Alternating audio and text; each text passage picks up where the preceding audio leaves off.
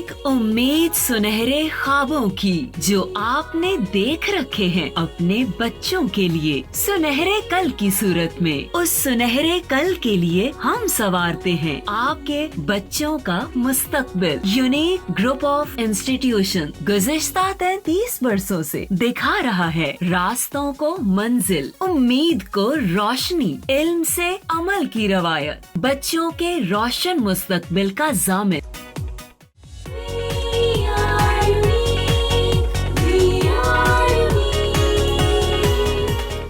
बिस्मिल्लाहिर्रहमानिर्रहीम। अस्सलामु अलैकुम डियर स्टूडेंट्स, कैसे बेटा आप लोग? उम्मीद है आप लोग खैर आफियत से होंगे और अल्लाह तबारक व तआला की रहमत के साए में होंगे। जी बेटे, आपका मैथमेटिक्स टीचर गुलजार अहमद लेक्चर नंबर 67 के साथ हाजिर है। जी बेटा, हमने लेक्चर नंबर 66 में चैप्टर नंबर 9 को स्टार्ट किया था और इसके कुछ हमने डेफिनेशंस को बेटा देखा था, सर्कल के रिलेटेड बेसिक कॉन्सेप्ट्स को देखा था और आई होप आपने उनको बेटा अच्छे तरीके से लर्न कर लिया होगा। इसको एक लर्न करने का बेटा जो मेथड होता है, वो तरीका होता है, वो ये है कि आप एक दिन में इतनी सारी डेफिनेशन पढ़ तो लेते हैं लेकिन बच्चे परेशान हो रहे होते हैं तो हम इसको याद कैसे करेंगे। तो उसके लिए बेटा याद आपने यूँ करना है, आप ओनली 5 डेफिनेशन पर डे, 5 एक दिन कर लें, 5 अगले दिन कर लें, 5 अगले दिन कर लें, तो इस तरह से 3 दिन में आपसे हो जाएंगे। अगर 5 आपको ज़्यादा लग रही हैं 4 कर लें, तो इस तरह से 3 से 4 दिन के अंदर, 5 दिन के अंदर ये आपको डेफिनेशन बेटा सारे हो जाएंगे। मैं ये नहीं कह रहा कि आपने पढ़ी हैं तो सारी आपको फ़ौरन याद ही हो, अंडरस्टैंडिंग होनी चाहिए।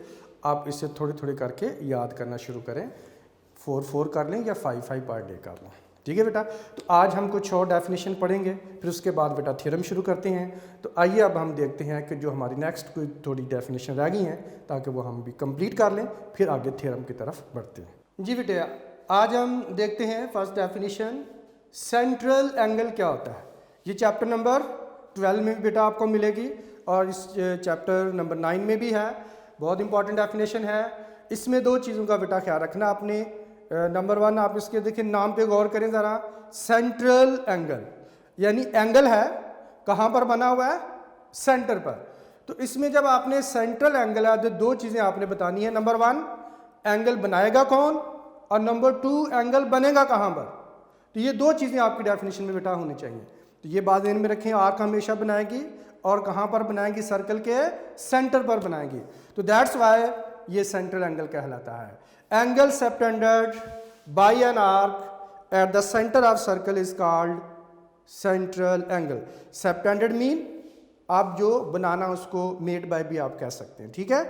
तो सबटेंड होता है बेसिकली जब आप किसी आर्क के दोनों एंड्स को सर्कल के सेंटर के साथ जब आप ज्वाइन करते हैं तो इस तरह से जो एंगल बनता है इसे कहते हैं एंगल सबटेंड और angle subtended bye an arc. ये ए बी हमारे पास आर्क है और ये ए बी क्या है, आर्क है।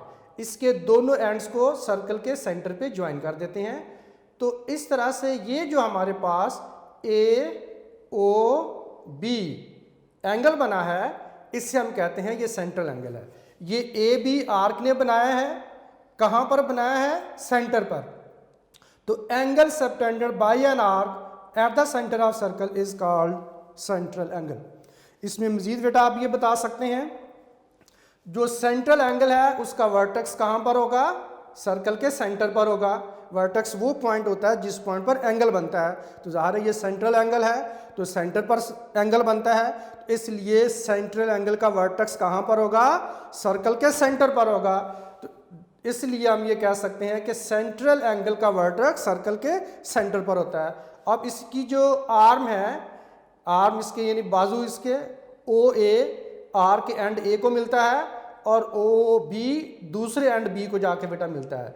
यानी सेंट्रल एंगल का वर्टेक्स तो सेंटर पर होता है लेकिन इसकी जो दोनों आर्म्स हैं वो आर के एंड पॉइंट को जाके मीट करती हैं।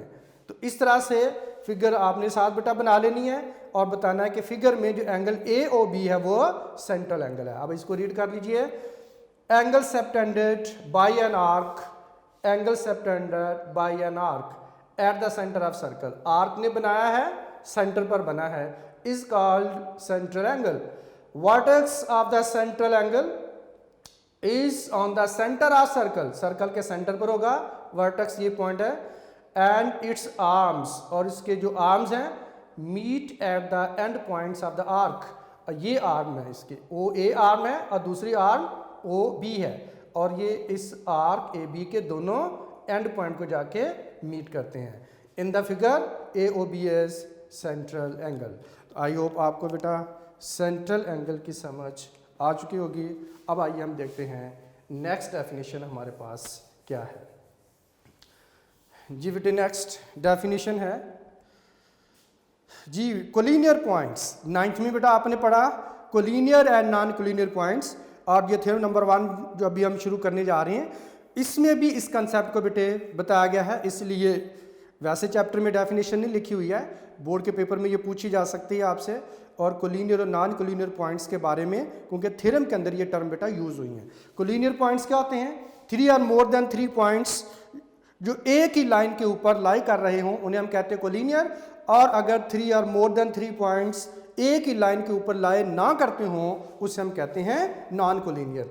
सेम लाइन वाले कोलिनियर होते हैं, और जो सेम लाइन पे ना आ रहे हों उन्हें बेटे नॉन कोलिनियर बोलते हैं। कोई मुश्किल टर्म नहीं है। 3 और more than 3 points that lie on the same line are called collinear points। अब नॉन कोलिनियर कौन से होंगे? 3 or more than 3 points which do not lie on the same line are called non-collinear point, which do not lie on the same line are called non-collinear points। अब in figure को गौर से देखिए, ये जो हमारे पास है, ये जो पॉइंट बेटा P है और पॉइंट Q है और पॉइंट R है, तो ये P Q R same line के ऊपर बेटा आ रहे हैं, तो दैट्स वाई ये क्या कहलाएंगे? Collinear points in figure. और जो फिगर में नीचे आप देखें, अगर आप A को B से इस तरह से मिलाते हैं तो A B लाइन के ऊपर आएंगे और C लाइन के ऊपर नहीं आएगा, तो इस तरह से A B C तीनों नॉन कोलिनियर होंगे। अगर आप B और C को से लाइन पास करेंगे तो B और C लाइन पे आएंगे लेकिन A नहीं आएगा। इस तरह से फिर A B C तीनों एक लाइन के ऊपर नहीं आ रहे तो ये नॉन कोलिनियर हुए। इस तरह से आप A और C को अगर आप मिलाओगे तो A और C लाइन के ऊपर आ जाएंगे लेकिन अब B नहीं आएगा। तो इस तरह से A B C at the same time एक ही लाइन के ऊपर लाई नहीं करते, दैट्स वाई ये क्या कहलाएंगे? Non collinear points. तो in figure P Q and R are collinear, whereas point A, B and C are non-collinear points। ठीक है बेटा, तो आई होप आपको इसकी समझ आ चुकी होगी और ये कोई मुश्किल कॉन्सेप्ट नहीं था।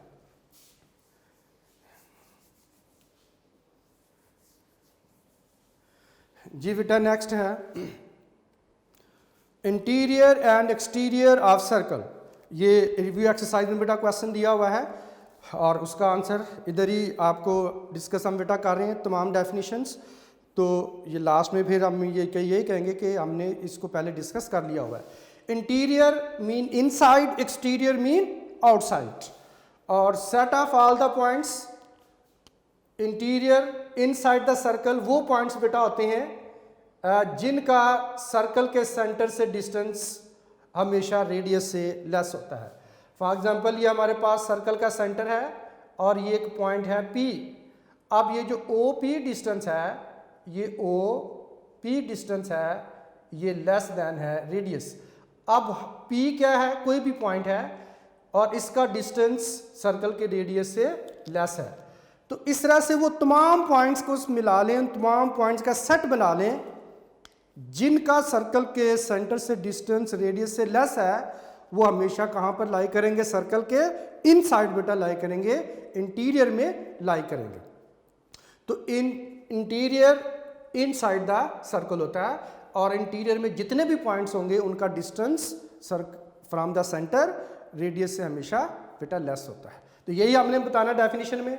Set of all points lying having their distances, set of all points having their distances from the center of circle less than its radius, और जो लेस देन इट्स रेडियस होगा lie in the interior mean inside of the circle, वो interior of the circle या inside the circle lie करेंगे, और जो वो inside lie कर रहे होंगे और वो जो पॉइंट्स का सेट होगा वो सारे क्या कहलाएंगे, इंटीरियर ऑफ सर्कल ही कहलाएगा।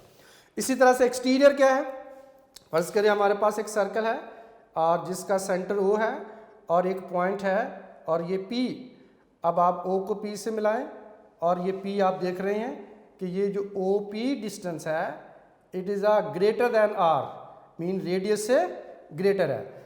अब वो तमाम पॉइंट्स जिनका सर्कल के सेंटर से डिस्टेंस रेडियस से ग्रेटर होगा वो बेटा हमेशा सर्कल के आउटसाइड लाई करेंगे। तो दैट्स वाई हम ये कहते हैं एक्सटीरियर फिर क्या होगा, set of all the points having their distances from the center of circle greater than its radius lie in the exterior mean outside of the circle, वो सर्कल के आउटसाइड लाई करेंगे। तो ऐसे तमाम पॉइंट्स का सेट जिनका सर्कल के centre से डिस्टेंस रेडियस से ग्रेटर होगा वो सारे के सारे बेटा सर्कल के आउटसाइड होंगे, in the exterior of circle होंगे, तो इसे हम एक्सटीरियर ऑफ सर्कल कह देंगे। ठीक है बेटा, तो इंटीरियर इनसाइड और एक्सटीरियर आउटसाइड। तो आई होप आपको बेटा इन डेफिनेशन की समझ आ चुकी होगी। तो अब इसमें जो जितनी डेफिनेशन थी बेटा हमने कवर कर ली हैं, अब हम बढ़ते हैं थ्योरम की तरफ। जी बेटे, अब हम स्टार्ट करते हैं थ्योरम। चैप्टर नंबर 9 में बेटा फर्स्ट थ्योरम है स्टेटमेंट ऑफ है theorem, one and only one circle can pass through 3 non collinear points.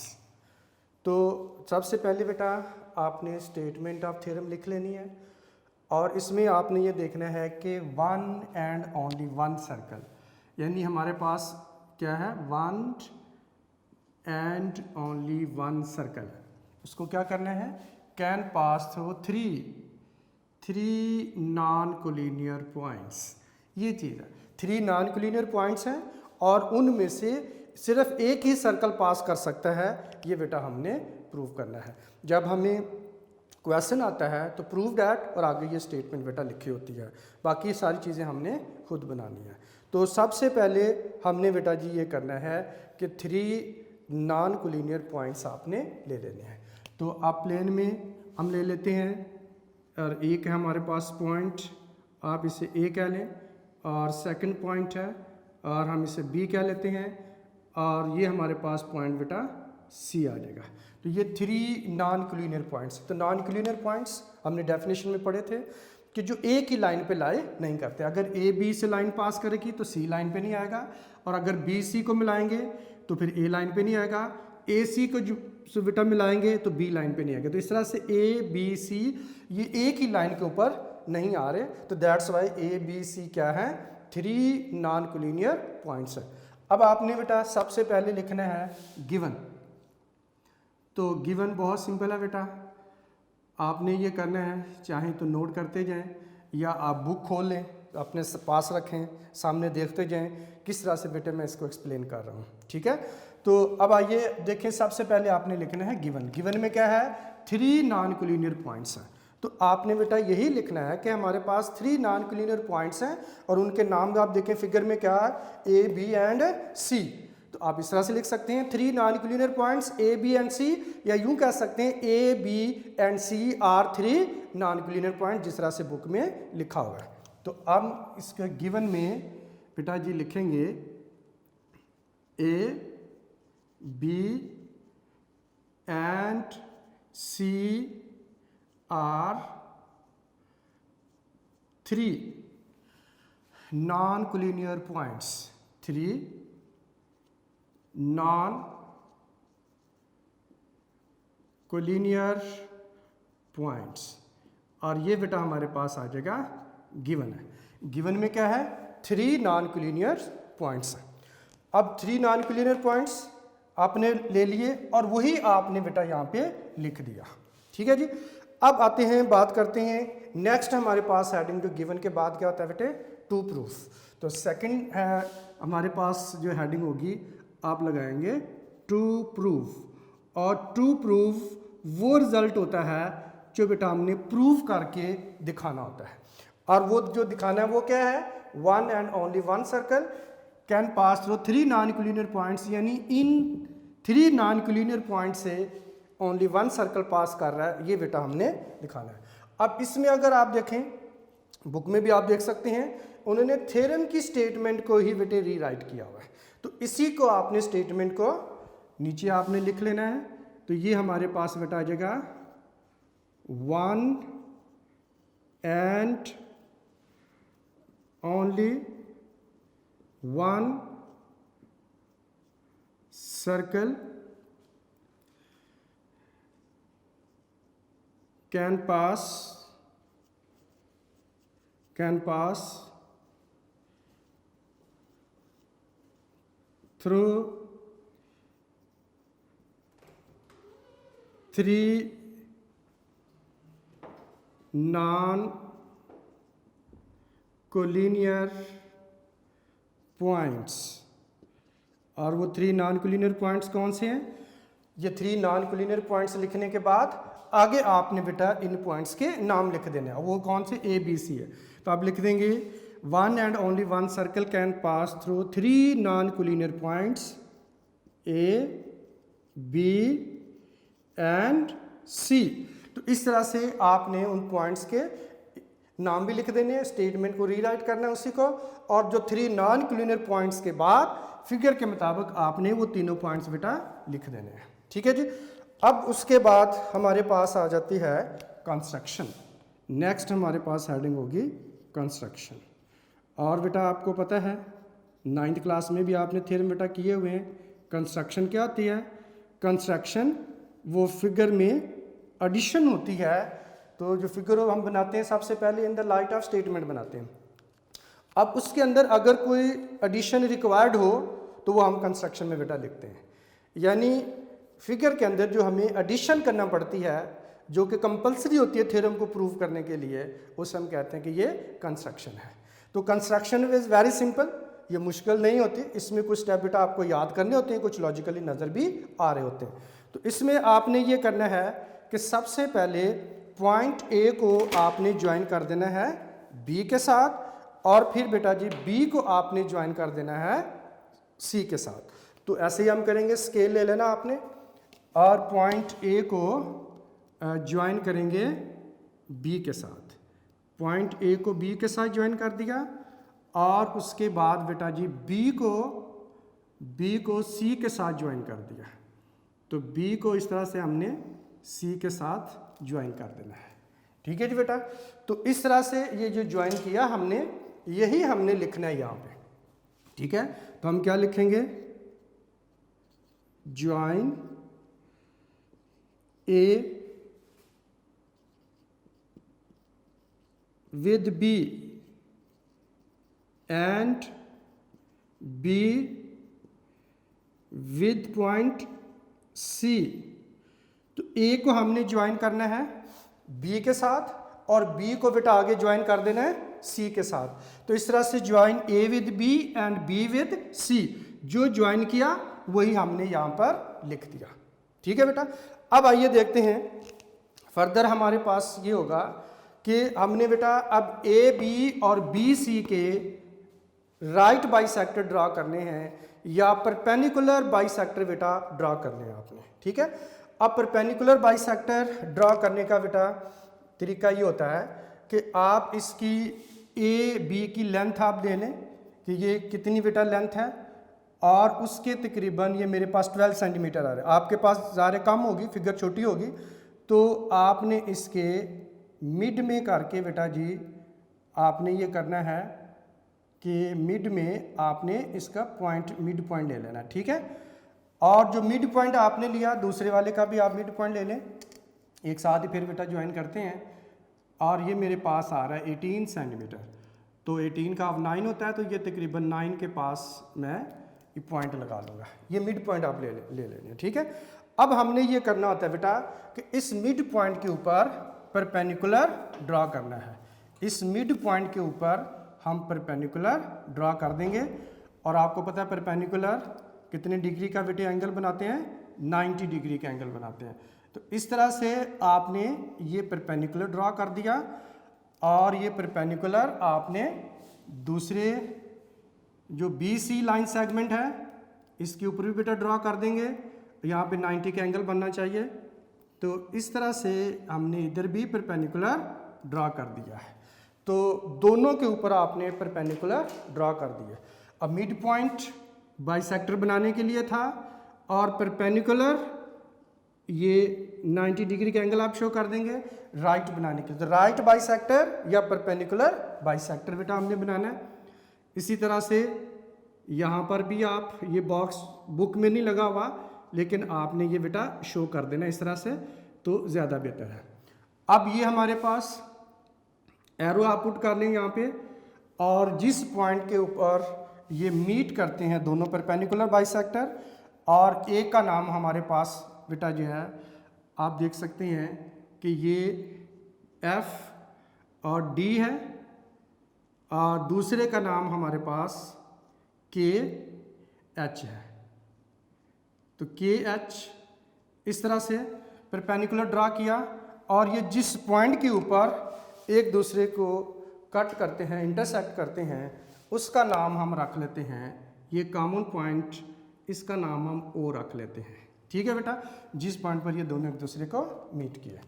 अब इस तरह से हमने DF परपेंडिकुलर ड्रा किया है AB के ऊपर, और HK परपेंडिकुलर बेटा ड्रा किया है BC के ऊपर, और ये दोनों परपेंडिकुलर बाइसेक्टर क्या करती हैं, एक दूसरे को पॉइंट O पर मीट बेटा करती हैं, एक दूसरे को पॉइंट O पर कट करते हैं। तो HK या KH या FD या DF ये नॉन पैरेलल है, इसलिए पॉइंट O पर एक दूसरे को कट करेंगे। अब हम इस जो प्रोसेस किया है इसको अब आइए लिख लेते हैं, अब फिर आगे बढ़ते हैं। तो अब आपने लिखना है ड्रा DF, ये बेटा आ जाएगा हमारे पास DF। आपने इधर बुक में एरो लगे हुए हैं, रे बनी हुई है, लेकिन आपने यहाँ पर DF लाइन सेगमेंट का सिंबल ही लगाना है। ठीक है, ड्रा DF, और ये हमारे पास क्या आ जाएगा, perpendicular. Draw perpendicular bisector, perpendicular bisector draw करेंगे, इसको ड्रा करेंगे टू AB। ये जो लाइन सेगमेंट AB है इसका परपेंडिकुलर बाइसेक्टर ड्रा करेंगे, and HK perpendicular bisector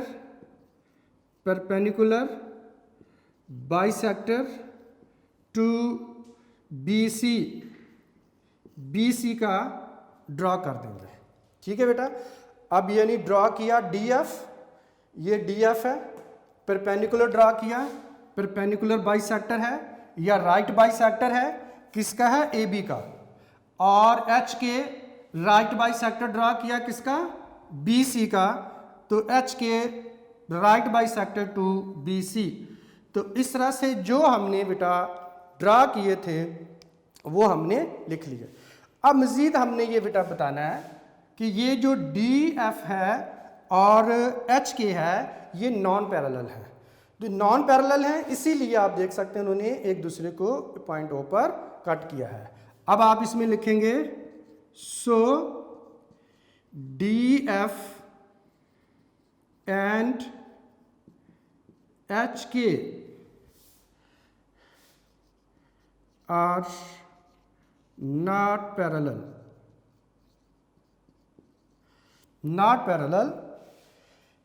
and they intersect each other at O। एक दूसरे को पॉइंट O पर इंटरसेक्ट बेटा करते हैं।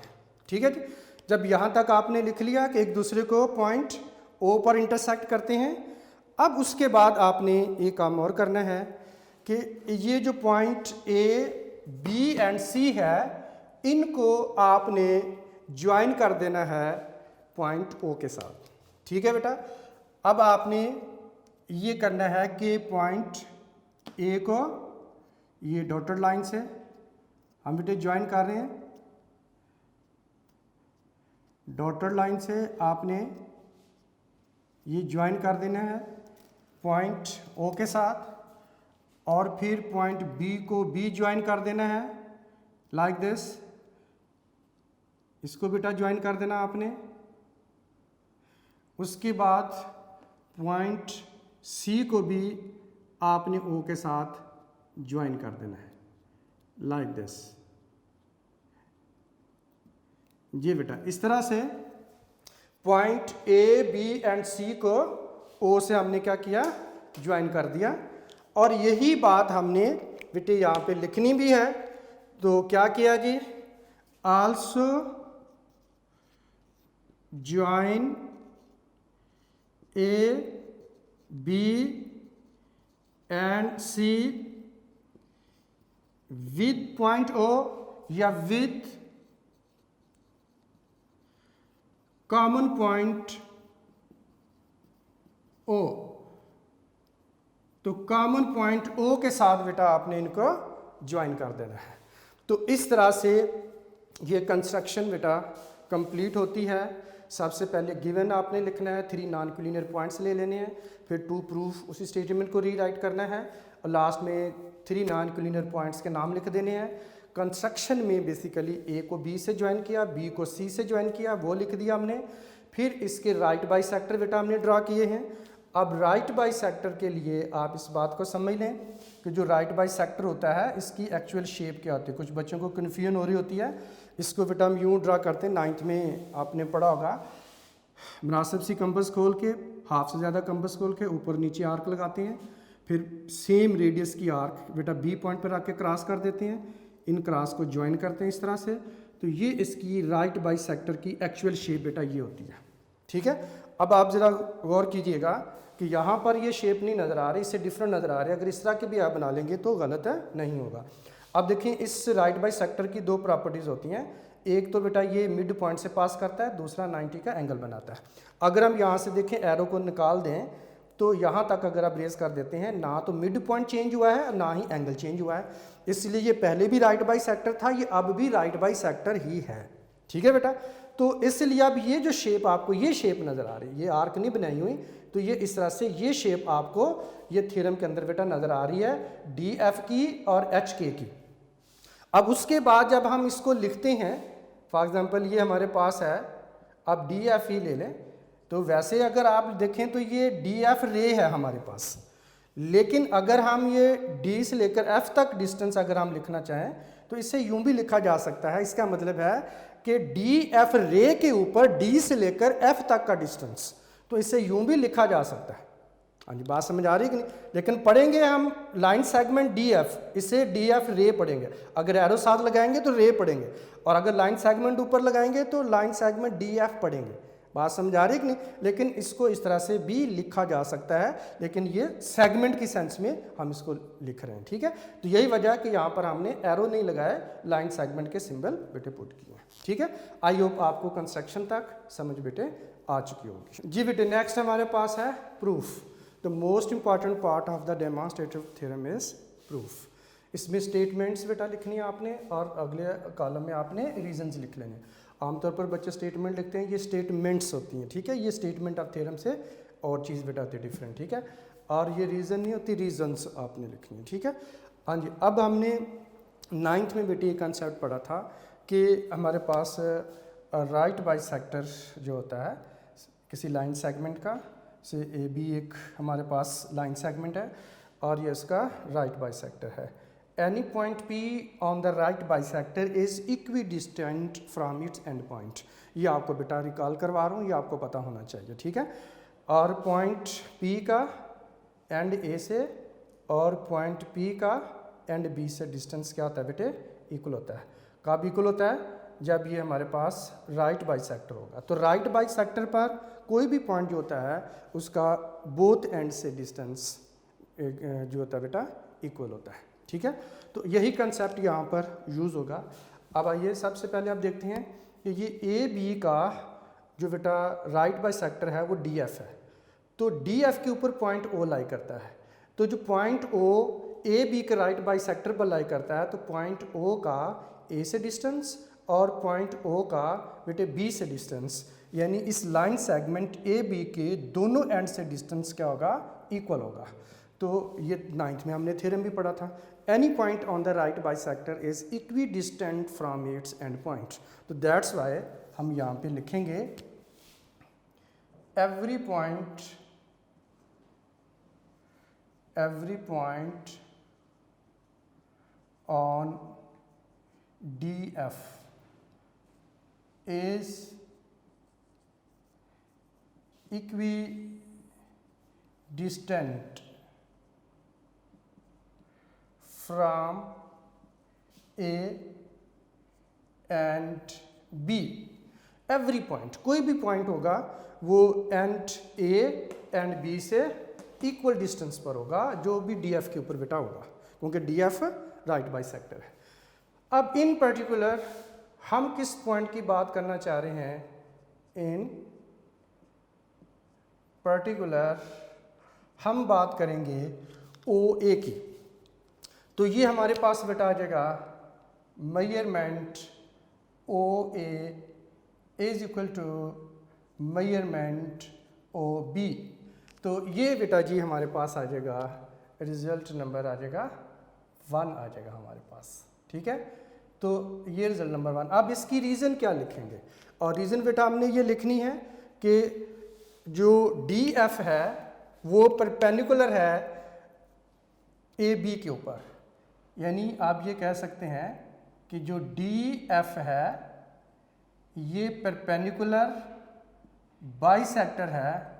किसका परपेंडिकुलर बाइसेक्टर है, to A B, perpendicular bisector है ए बी। आप देखिए रही जो कंस्ट्रक्शन बेटा हमने बनाई थी, D F is perpendicular bisector to A B, ये वाला पार्ट आपने यहाँ से कंस्ट्रक्शन से उठा के यहाँ भी लिख देना है।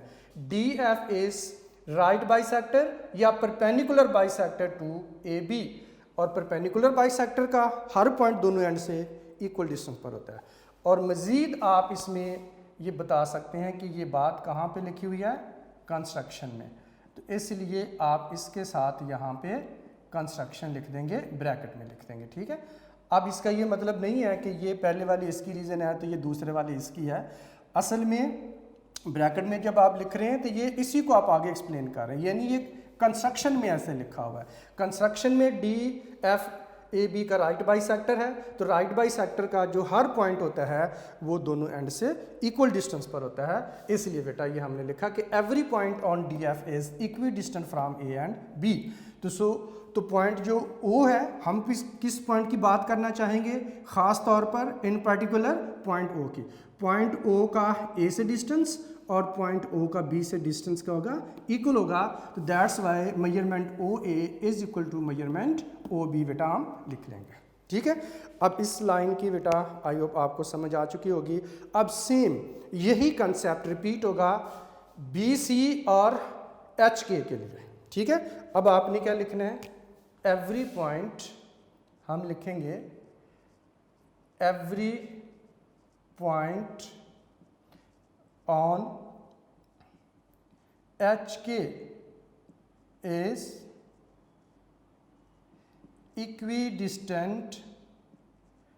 इक्विडिस्टेंट है कहाँ से, फ्रॉम बी एंड सी, क्योंकि इसके दोनों एंड बी और सी हैं। तो फ्रॉम आ जाएगा B and C. In particular किसकी बात करेंगे, इन पर्टिकुलर हम बात करेंगे पॉइंट ओ की। पॉइंट ओ का बी से डिस्टेंस और पॉइंट ओ का सी से डिस्टेंस इक्वल होगा, यानी measurement O B is equal to measurement O C होगा। और ये बेटा जी हमारे पास आ जाएगा रिजल्ट नंबर 2, इक्वेशन नंबर 2 आ जाएगी। अब इसकी रीज़न क्या लिखेंगे, इसकी रीज़न जिस तरह से D F perpendicular bisector A B का लिखा था, और यहाँ पर अगर आप देखें कि ये वाला जो पोर्शन है हमारे पास, इसी को बेटे आपने यहाँ से उठाना है, H K perpendicular bisector to B C, इसको आप यहाँ पे लिख देंगे, ठीक है बेटा। तो इसकी रीज़न में आप लिख देंगे एच के इज़ परपेंडिकुलर बाइसेक्टर टू, यानी किसका परपेंडिकुलर बाइसेक्टर है, बी सी का। अब यहाँ पे आप बी सी लिख देंगे और मज़ीद इसमें आप लिख देंगे कि ये कंस्ट्रक्शन है और कंस्ट्रक्शन वर्क से हमने ये वाला पॉइंट लिया है, इसलिए आप यहाँ पे कंस्ट्रक्शन लिख देंगे। ठीक है बेटा। अब उसके बाद अब देखें दोनों बेटा आप इक्वेशन को कंबाइन करके पढ़ें, तो इसका मतलब है ओ ए किसके इक्वल ओ बी के और ओ बी किसके इक्वल है ओ सी के। अब हम इन दोनों को कंबाइन कर लेते हैं। तो कंबाइन जब करेंगे तो बुक में इसको बाद में लिखा हुआ है, लेकिन ज़्यादा बेहतर लॉजिकली कि इसे पहले कंबाइन करके लिखा जाए, फिर इसको बेटा आगे बताया जाए। ठीक है। तो अब आप इसको दोनों को कंबाइन करेंगे तो ये हमारे पास क्या आ जाएगा, ये बेटा जी आ जाएगा measurement O A is equal to measurement O B is equal to measurement O C, और ये हमारे पास बेटा आ जाएगा रिजल्ट नंबर 3 है। अब देखिए ये जो रिजल्ट है ये कैसे आया, using result 1 and 2, result 1 and 2 को यूज़ किया तो ये बेटा रिजल्ट हमारे पास आ जाता है। ठीक है जी। अच्छा, अब ये जो रिजल्ट हमारे पास आता है इसको यूज़ करने से, तो उसके बाद आप देखिए इसका मतलब क्या बनता है, दोनों को कंबाइन करते हैं तो O is equal O B is equal O C, तो इसका मतलब है कि ओ ए ओ बी के इक्वल है और ओ बी आगे ओ सी के इक्वल है। अब देखिए ओ ए बताता है पॉइंट ए का ओ से डिस्टेंस, ओ बी बेटा बताता है पॉइंट बी का ओ से डिस्टेंस, ओ सी हमें बताता है पॉइंट सी का ओ से डिस्टेंस। अब O A O B and O C equal distance है। अब ये जब हम कहते हैं ओ ए ओ बी ओ सी, अब इसमें देखें ए बी सी तो चेंज हो रहे हैं, ए के बाद बी आता है, बी के बाद सी आता है, लेकिन ओ फिक्स रहता है। ओ ए ओ आ गया, ओ बी फिर ओ आ गया, ओ सी फिर ओ आ गया। अब इनमें तीनों में फिक्स्ड कौन सा है, ओ, तो इसलिए हम कह सकते हैं कि ओ फिक्स्ड पॉइंट है और A B C different points हैं। अब ये पॉइंट ए का, बी का और सी का एक फिक्स्ड पॉइंट से डिस्टेंस क्या है, इक्वल है, और वो पॉइंट्स जिनका एक फिक्स्ड पॉइंट से डिस्टेंस इक्वल होता है वो बेटे सर्कल के पॉइंट्स होते हैं। वो किसके पॉइंट होते हैं, सर्कल के पॉइंट्स होते हैं। तो point A B and C are equidistant from the fixed point O, और जो फिक्स्ड पॉइंट होता है वो सेंटर होता है सर्कल का, और जो पॉइंट ए बी सी है जो कि सेंटर से फिक्स्ड पॉइंट से इक्वल डिस्टेंस पर है वो क्या कहलाएंगे, सर्कल के बेटा पॉइंट्स कहलाएंगे। ठीक है।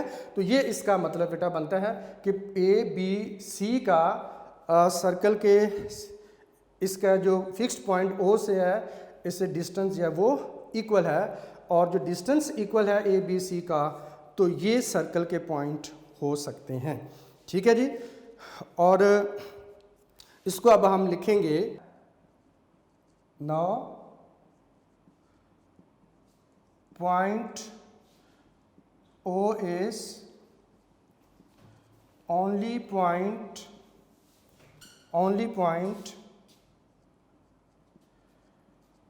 common to DF and HK। सिर्फ पॉइंट O ही ऐसा पॉइंट है जो DF और HK में कॉमन है, which is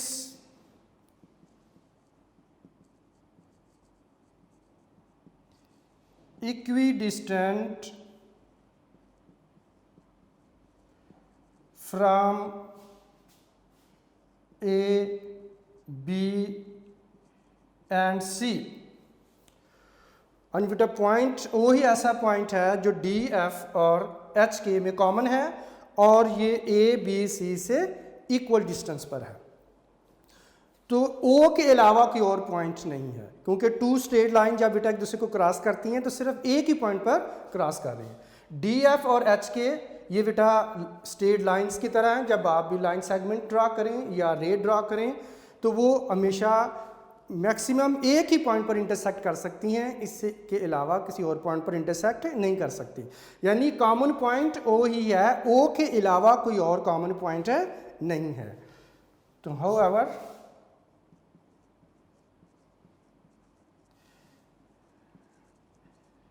there is no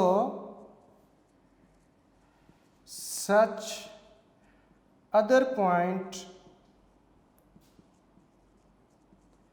except O। O के अलावा इस तरह का कोई और पॉइंट नहीं है। इस तरह का मतलब कॉमन पॉइंट नहीं है। तो वो जो कॉमन पॉइंट है वही सेंटर है। यानी हम ये कह सकते हैं कि एक ही सेंटर है, एक ही सेंटर है तो एक ही सर्कल है। तो इसका मतलब बेटे ये हुआ hence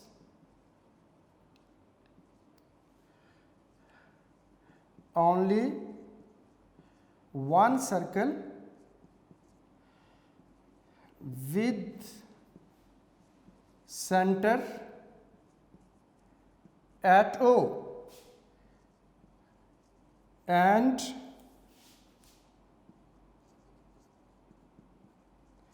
radius OA will pass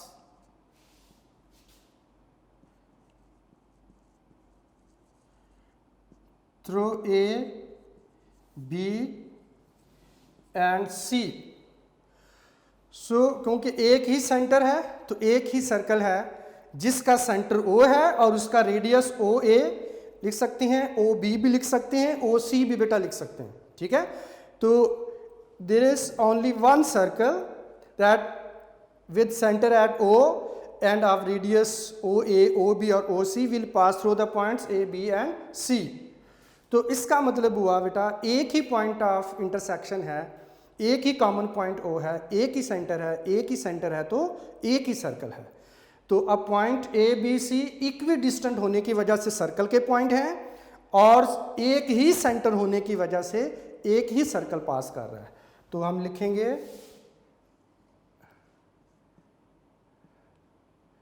ultimately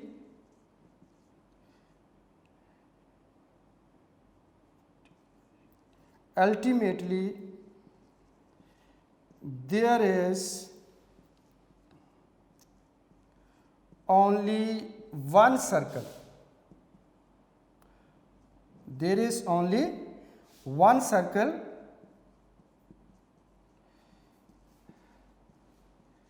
which passes through three given non-collinear points। अब वो three given non collinear points कौन से थे? A, B and C। और यही बेटा हमने प्रूफ करना था कि one and only one circle can pass through three non collinear points. तो इस तरह से बहुत बेटा सिंपल है, इसमें ज़रा वर्डिंग लिखने वाली ज़्यादा है, मैथमेटिकल जो है ये पोर्शन बहुत कम है। बुक ने ये रिज़ल्ट इसके बाद में लिखा है, बाद में बेटा आप लिख सकते हैं, दोनों को कंबाइन करेंगे तो ये रिज़ल्ट ही बनता है। अब इस रिज़ल्ट का मतलब ये नीचे लिखा है point O is the only point common to DF and HK which is equidistant from A, B and C। वो इससे पता चलता है। ठीक है, इसको लिखेंगे तो फिर उसके बाद मतलब ये लिखेंगे, इसका मतलब ये होगा, इसका मतलब ये है और इसका मतलब ये है। तो इसलिए आप इसको पहले लिख लें या बाद में, इससे कोई फ़र्क नहीं पड़ता, लेकिन बारह लिखना ज़रूरी है। अब साथ आगे आपने बताना है कि O के अलावा यानी कोई और कॉमन पॉइंट नहीं है, O के अलावा कोई और कॉमन पॉइंट नहीं है तो कोई और सेंटर भी नहीं है। तो एक ही कॉमन पॉइंट है तो एक ही सेंटर है, एक ही सेंटर है तो एक ही सर्कल है। ठीक है बेटे, तो इस तरह से वन एंड ओनली वन या only one circle, there is only one circle which is passes through the three non-collinear points A, B and C। अच्छा, अब आपने क्या करना है, अब कंपास लेकर पॉइंट O पे आपने बेटा रखनी है, रेडियस OA है, O A तक कंपास खोल लें, तो इस तरह B तक या C तक खोल लें, तो आपने इस तरह से सर्कल ड्रा कर देना है। तो आप देखेंगे ये सर्कल पॉइंट A, B और C तीनों पॉइंट से पास कर रहा होगा। ठीक है बेटा, अब बहरहाल मैंने इसको और तरह से ड्रा किया है और इसको सर्कल को आपने किस तरह से पास बेटा करवाना है। ये आपके सामने अब मैं पास करके दिखा रहा हूँ कि ये हमारे पास आ जाएगा पॉइंट ए बी और सी से सर्कल पास इस तरह से सर्कल पास कर जाएगा और यहाँ तक लाने के बाद आगे आप डॉटेड कर देंगे। आप चाहें तो इस सर्कल को कंप्लीट कर दें, कंप्लीट करके भी आप बेटा इसको बना सकते हैं आगे, ठीक है। ये वो सर्कल है, आगे कंप्लीट बनाने की आगे ज़रूरत नहीं है, बस ठीक है। ए बी सी सर्कल पास कर रहा है, अगर आगे घुमा देंगे इधर तो ए बी सी नहीं है, वो ए बी सी तो इधर ही है, ठीक है। तो ए बी सी से एक सर्कल जो है वो पास कर गया है, ठीक है बेटा। तो इस तरह से आपने इसको जो है वो बनाना है, इस तरह से आपने ड्रा कर देना है। तो इस तरह से one and only one circle है जो कि 3 नॉन कोलिनियर पॉइंट से पास कर रहा है। अच्छा बेटे, ये थ्योरम आपके सामने नोट कर लीजिए, बुक में आपके लिखा हुआ है, वहाँ से लर्न कर लीजिए, ठीक है। अच्छा बच्चों को जो प्रॉब्लम होती है, अब मैं वो प्रॉब्लम डिस्कस करूँगा कि फिगर बनाते हुए, जैसे अभी आपने देखा बेटा ये मैंने सेमी सर्कल बनाया हुआ है और इसे मैंने ड्रा कर दिया ताकि एक्यूरेसी रह जाए। अब आप इसको किस तरह से बेटे ड्रा कर सकते हैं, ठीक है, ताकि अगर वैसे अगर आप हाथ से बना रहे होंगे तो राइट बाई सेक्टर ऐसे ही बच्चे स्केल से लगा लेते हैं, तो उसके बाद जो है वो मेजरमेंट के साथ नहीं बना रहे होते, तो जब वो सर्कल पास करते हैं तो उनका सर्कल पास नहीं करेगा, ज़ाहिर है वो इस तरह का नहीं बना हुआ आपको नज़र आएगा, ठीक है। अब मैं आपके सामने कि आपने किस तरह से ये डायग्राम को एक्यूरेसी ला सकते हैं आप बच्चों के लिए स्पेशली, ये बेटा मैं बता रहा हूँ, ज़रा गौर करना आपने, ठीक है। सिर्फ फिगर वाला पोर्शन अब मैं दोबारा एक्सप्लेन करूँगा। अब मैं ये करूँगा, अगर मैं स्टूडेंट हूँ, एग्ज़ाम में बैठा हुआ हूँ और मुझे ये थ्योरम आ गया, अब डायग्राम मैंने एक्यूरेट कैसे बनानी है, तो मैंने ये करना है कि कंपास से आर्क पहले से लगा लेनी है। यानी आप ये कर लें कि जैसे मुनासिब सी कंपास खोल के आप ये सर्कल जो है वो आप पहले से लगा लें, यानी इस तरह से। ये क्योंकि अभी तो हम समझ रहे थे, इसलिए समझने के दौरान बाद में ही बनाना था, तो बाद में ही बनाना ज़रूरी था। ये आपने कंपास खोल के इस तरह से ये सेमी सर्कल लगा लें, या इस तरह से सर्कल लगा लिया, आगे आप इसे डॉट डॉट डॉट डॉट कर लें, या ज़रूरी नहीं है डॉट डॉट करना, ठीक है। इस तरह से यानी आप पहले से ही ड्रा कर लें, इसको पहले से ड्रा कर लें। यानी अगर मैं इससे ड्रा करूँगा, ये समझिए कि मेरे पास कंपास है, कंपास नहीं है तो मैं इसकी यूज़ कर सकता हूँ, डी जैसे होता है, डी आप यूज़ कर सकते हैं, कंपास भी यूज़ कर सकते हैं, ये आपकी मर्ज़ी है, ठीक है बेटा। अच्छा, अब ये आपने पहले से ही लगा लिया। अब आप क्या करें कि इसके ऊपर आप कोई से पॉइंट ले लें आप, ठीक है। आपने पॉइंट ले लिया ए, फिर पॉइंट यहाँ पे ले लें बी, और यहाँ पे पॉइंट ले लें आप सी, ठीक है बेटा। अब ए बी सी जब पॉइंट ले लिए, अब आप ए को ज्वाइन कर लें बी के साथ, और बी को ज्वाइन कर दें आगे सी के साथ, ठीक है जी। जो ये तो ज्वाइन करना ही था, ज्वाइन कर लिए। अब उसके बाद आप इसके राइट बाई सेक्टर ड्रा कर लें। तो ये कोशिश करें इसको मेजर कर लें, इसका जो मिड पॉइंट होगा उसको आपने सिलेक्ट करना है, और उसके ऊपर आपने इस तरह से राइट बाई सेक्टर ड्रा कर देना है। अब बी सी का मिड पॉइंट ले लें, मेजर कर लें, बेशक मेजर करके हाफ ले लें इसका मिड पॉइंट पे। अब इसका आप यहाँ पे राइट बाई सेक्टर ड्रा कर देंगे इस तरह से, ठीक है बेटा जी। अब इसका नाम क्या रखा था, डी, और एफ रखा था हमने, और इसका नाम एच और के रखा था, ठीक है। और जिस पॉइंट पे इंटरसेक्ट किया उसका नाम ओ रखा था। अब यहाँ पर क्योंकि राइट बाई सेक्टर है, आप 90 का एंगल शो कर दें, बुक में नहीं हुआ आप फिर भी यहाँ पे शो कर सकते हैं क्योंकि ये राइट बाई सेक्टर है। अब उसके बाद आपने ये करना है कि जो पॉइंट ओ है आप इसको ए के साथ ज्वाइन कर लें लाइक दिस, और आप ओ को ज्वाइन कर लें बी के साथ। जी बेटा, बी के साथ जब ज्वाइन कर लिया, अब आप इसको ज्वाइन कर दें सी के साथ, ये सी के साथ ज्वाइन कर दिया, ठीक है। अच्छा, अब आप देखें कि इसके बाद जब आपने ड्रा कर लिया, आर्क पहले से लगा ली थी, अब आपको लास्ट में बाकी थ्योरम आप इसी तरह से लिखते जाएंगे सारा, ठीक है। तो सर्कल ड्रा करने का जिक्र आपने बीच में कहीं भी नहीं किया हुआ, ठीक है। तो आपने इस तरह से पहले से बना लेना है, और बनाने के बाद आपने ये पॉइंट और आर्क लगा देनी है, ठीक है। अब आप देखें ये अब जब डायग्राम कंप्लीट हो चुकी, या इससे पहले जो हमने कंप्लीट की थी उसमें और इसमें क्या फ़र्क है? कोई फ़र्क नहीं है। ये तो अब आपको पता है ना कि आपने ये सर्कल पहले लगाया हुआ है। अब एग्जामिनर को तो इस बात का नहीं पता होगा कि बच्चे ने सर्कल पहले लगाया था या बच्चे ने ABC पॉइंट पहले लिए थे। तो वो जब लिखा हुआ होगा वो तो ऐसा ही है। बात समझ आ रही है कि नहीं? तो इस तरह से क्या होगा, जब आप पहले से आर्क लगा लेंगे तो ये क्या आ जाएगी, एक्यूरेसी आ जाएगी और आपकी फिगर 100% एक्यूरेट होगी। और ये जो सर्कल पॉइंट ABC तीनों पॉइंट से खुद ब खुद ही पास कर रहा होगा, क्योंकि पॉइंट आपने लिए ही सर्कल के बेटा ऊपर है। हाँ जी, बात समझ आ गई कि नहीं? इस तरह से आप एक्यूरेसी फिगर के अंदर ला सकते हैं। अब जब फिगर बन जाती है तो बाद में नहीं पता होता कि ये बच्चे ने पहले सर्कल बना लिया था या बाद में सर्कल बनाया था। ठीक है, तो ये आप एक्यूरेसी लाने के लिए सर्कल पहले बना लें, पॉइंट बाद में लेकर उसी तरह से बाकी जो प्रोसीजर है वो आप कंप्लीट कर दें और इस तरह से थ्योरम बेटा आप लिख लेंगे। तो इस तरह से आपके पास एक्यूरेसी आ जाएगी। जी बेटा, उम्मीद है आपको ये लास्ट पॉइंट जो एक्यूरेसी के लिए मैंने बताया है इसकी बेटा समझ आ चुकी होगी। तो आज हमने थ्योरम नंबर 1 को बेटा कंप्लीट कर लिया है और मैंने इसको कोशिश की है आपको एक्सप्लेन बेटा कर दिया है और कोई इसमें मुश्किल चीज़ नहीं है। अच्छे तरीके से आपने प्रैक्टिस करनी है और मिलते हैं बेटा नेक्स्ट लेक्चर में। तब तक के लिए मुझे इजाज़त दीजिए। अपना बहुत सारा ख्याल रखिएगा। Take care. अल्लाह हाफिज़।